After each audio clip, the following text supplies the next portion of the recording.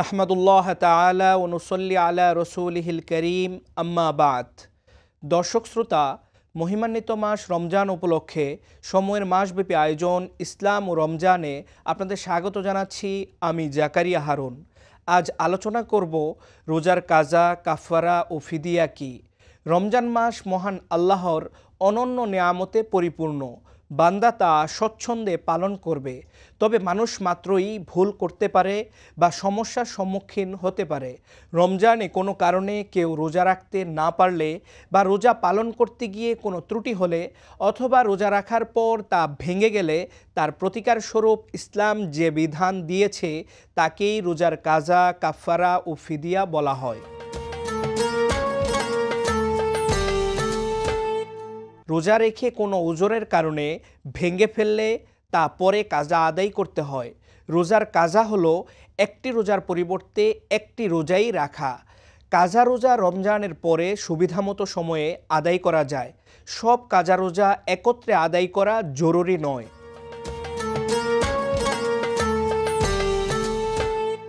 রোজা রেখে কোনো রকম প্রয়োজন ছাড়া ভেঙে ফেললে এর জন্য কাজা ও কাফারা উভয়টি আদায় করতে হয়। আর রোজার কাফারা হলো প্রতিবিধান হিসেবে অতিরিক্ত ক্ষতিপূরণ আদায় করা। রোজা কাজা করার পরও কাফারা আদায় করতে হয়। এই কাফারা হলো একটি দাসমুক্ত করা, আর অক্ষম হলে ধারাবাহিকভাবে 60 দিন রোজা রাখা এবং তাও না পারলে 60 জন মিসকিনকে 2 বেলা খাবার খাওয়ানো। বেশিরভাগ ফকিহ বলেন রোজার কাফারা আদায়ের ক্ষেত্রে ধারাবাহিকতা রক্ষা করা আবশ্যক। অর্থাৎ রোজা ভঙ্গকারী দাসমুক্ত করতে অক্ষম হলে 2 মাস রোজা রাখবে, আর 2 মাস রোজা রাখতে ব্যর্থ হলে 60 জন মিসকিনকে খাবার খাওয়াবে। যে কয়টি রোজা রাখার পর ওজর ছাড়া ভাঙবে প্রতিটির পরিবর্তে একটি করে কাজা এবং একই রমজান মাসের জন্য তার সঙ্গে যুক্ত হবে একটি কাফারা। অর্থাৎ একটি রোজা যৌক্তিক কারণ ছাড়া ভাঙলে তার জন্য কাজা ও কাফারা হবে 61 রোজা, 2টি ভাঙলে হবে 62 রোজা, 3টি ভাঙলে হবে 63 রোজা। কাফারা 60টি রোজা একত্রে ধারাবাহিকভাবে আদায় করতে হয়। কারো যদি কাজা কাফারা সহ মোট 61 বা তার বেশি হয় তবে কমপক্ষে 61টি রোজা একটানা আদায় করতে হবে। কাফারার রোজার মধ্যে বিরতি হলে বা ভাঙলে আরেকটি কাফারা ওয়াজিব হয়ে যাবে।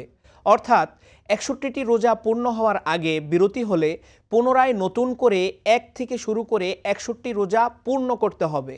যে রোজাগুলো রাখা হলো তা নফল হিসেবে পরিগণিত হবে। কোনো গ্রহণযোগ্য উজর বা আপদের কারণে ভাঙতে হলে তা ক্ষমার যোগ্য। নারীরা বিশেষ বিরতির সময় বাদ দিয়ে ধারাবাহিকভাবে আদায় করবে। শিশু নাবালেগ অবস্থায় রোজা রাখা ফরজ নয়, তবু তারা নিজেদের আগ্রহে ও বড়দের উৎসাহে রোজা রেখে থাকে। এ অবস্থায় তারা যদি রোজা রেখে কখনো ইচ্ছায় বা অনিচ্ছায় রোজা ভেঙে ফেলে তাহলে তাদের কাজা বা কাফারা কোনোটিই প্রয়োজন হবে না।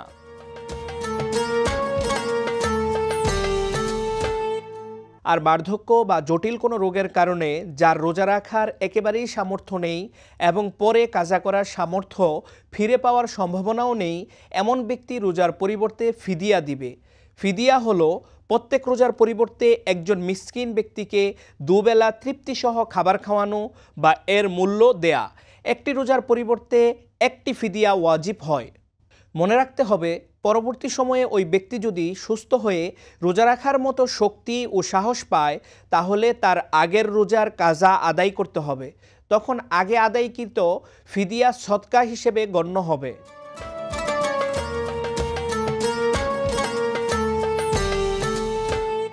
প্রিয় সুধী, রমজানের রোজা সঠিকভাবে পালনের জন্য রমজান সম্পর্কিত গুরুত্বপূর্ণ মাসালা জানা জরুরি।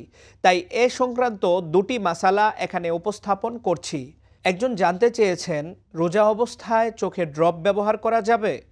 চোখে ড্রপ, সুরমা, মলম ইত্যাদি ব্যবহার করলে রোজা নষ্ট হবে না, যদিও এগুলোর স্বাদ গলায় উপলব্ধি হয়।